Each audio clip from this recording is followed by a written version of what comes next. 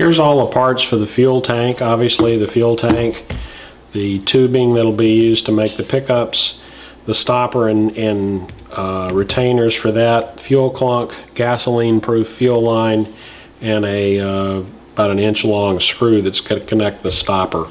I'll show you how to put this together in the factory or kit recommended way, and then after this I'll show you how I normally build these, because I have my own way of building fuel tanks.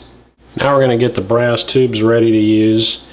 The shorter one is going to be for the fuel line pickup. I'm going to take the provided gasoline proof fuel line, cut about 3 inches off of it, attach the clunk to one end, and then connect that to the shorter tube like so. This is actually the fuel pickup for the tank. It's going to go in the stopper. You also want to take these two longer brass tubes and you're going to bend them with a 90-degree angle on them. I use a little fuel tubing bender. You know, there's any number of ways you can bend these, but the end result is you want two of them that look like this. This bend actually starts at about 1.5 inches from this end and goes up at approximately a 90-degree angle. This is going to get inserted into the stopper in the next step. So you want to push the brass tubes through the back plate, which has reinforcements on it, through this rubber stopper. You'll find that it's somewhat difficult to push them through. You might want to use some kind of lubricant to help you. The two 90-degree vents go side by side, and then the clunk tube goes on the bottom. You want a little more than 1/2 inch of tubing protruding from the flat end of the stopper, because we're going to put the cap over that next. This cap is going to slide over the 3 brass tubes that protrude from the gasket, and take the screw, push it through. You're going to start to tighten that down so that it engages with the piece on the bottom. You don't want to tighten this up, because what it's going to do is compress this center gasket. So you don't want to do that until you've got it in the tank. Once you've got the stopper assembly put together, you're going to insert that in the tank. The way you want to do that is you want to put the clunk in first, turn the assembly so the 2 vents go in, and you can just push in the stopper. You need to put some lubricant on this so it'll go in. I use Windex or something like that, and then this will push in tight, and you can tighten down this center screw. You don't want to tighten this too much because it'll distort the plastic, but you want to make sure it's snug enough that this can't turn once it's put together. Alright, here's the completed tank. The 2 vent lines are on the top part of the stopper. Those 90-degree turns come up towards the top of the tank. That way they get exposed to the fuel last for filling and vent purposes. This can be installed in the frame in the next step. Okay, now I'm going to show you an optional way to build this tank. This is more along the lines of the way I normally do it. We're still using the same tank, but that's really about it. I'm going to use the filtered clunk that came with the HWC motor. It's basically a Zenoa clunk. I'm going to use Viton fuel tubing on the inside. It's very flexible. Instead of using the plastic fuel cap that we used in the original, I'm going to use this Sullivan aluminum assembly. These plastic ones tend to deform over time, especially when they get fuel on them. This aluminum setup will never leak, and you'll never have an issue with it. And instead of using brass tubes that go through stoppers and have to be bent, I'm going to use Tetra fittings that already come in a 90-degree fitting and a straight fitting for the fuel pickup. So this is more along the lines of what I normally do.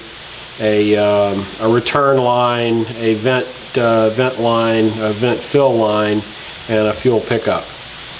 So let's go on to how this is actually put together. Alright, we're going to start off by marking the tank where we're going to place these fittings. Place 2 marks on the top part of the tank. This is the right side on the top, These marks are about 10 millimeters down from the flat surface on the top of the tank. They're set up so that the 90-degree angles on these fittings will be roughly up against the top of the tank, just like the brass ones. We just don't have to bend these. And then at the bottom, same thing, 10 millimeters from the flat part of the tank up. A little bit in the corner here. Want to make sure that the washers and nuts clear this this cap that we're going to put on. And next we're going to drill these out and get ready to put the fittings in. Okay, now we can put the tank together using my method. This is a fitting based assembly. For purposes of this, I'm going to use tetra fittings, an L shape and a straight fitting.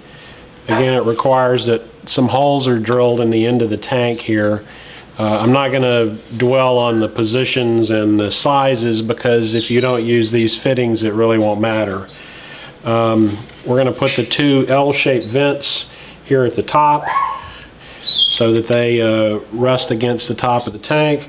We're going to put the straight fitting at the bottom with the fuel line on it. Now this is a 6-inch piece of Viton fuel line with the Zenoa or HWC filter on the end, and just a straight fitting. Alright, here you can see I've got the two vents in place. You may not can see this, but the ends of them are right up against the top of the tank. And you're going to take the fuel pickup, drop it in the tank, and then it's going to actually, because of its length, it's going to be able to flop around in here. Depending on the attitude of the helicopter, that's what you want. And I'm going to use a pair of pliers to get this pushed through this hole. Alright, here you can see all three lines installed. You can see the fuel clunk inside there. Now I'm going to take the Sullivan cap, assemble it in such a way that all of the holes are sealed by the stopper. Basically it becomes just a stopper instead of a pass-through for the fittings. And that just pushes into the top of this. This gets tightened down normally, but because all these parts are aluminum, once you tighten it in, they're not going to vary, they're not going to change over time or with fuel, and it's going to be sealed in. Again, this accomplishes the same thing as the standard kit. In my opinion, it's a little bit neater. The fuel outlets have barbs on them, makes it a little easier to keep the fuel lines on them.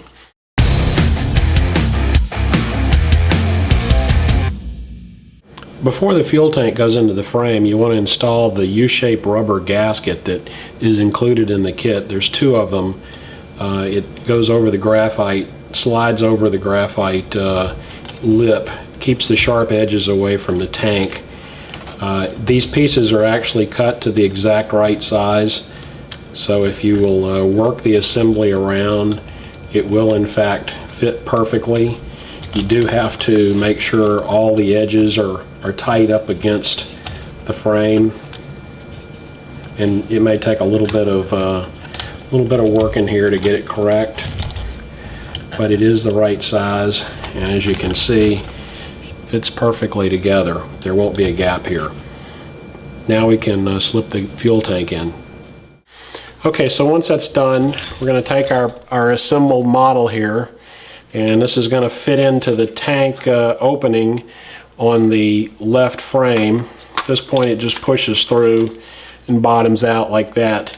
Normally when I build these with my method, I put these vents especially on the top of the tank, but because the way this model goes together, there's clearance up here for them, but you're going to run into trouble running the fuel lines from there to the carburetor, because there's really not very much gap between the frame members here and the tank. So this way it maintains the basic plumbing layout of the original kit, but it's got some additional features to it. With that, the fuel tank is installed.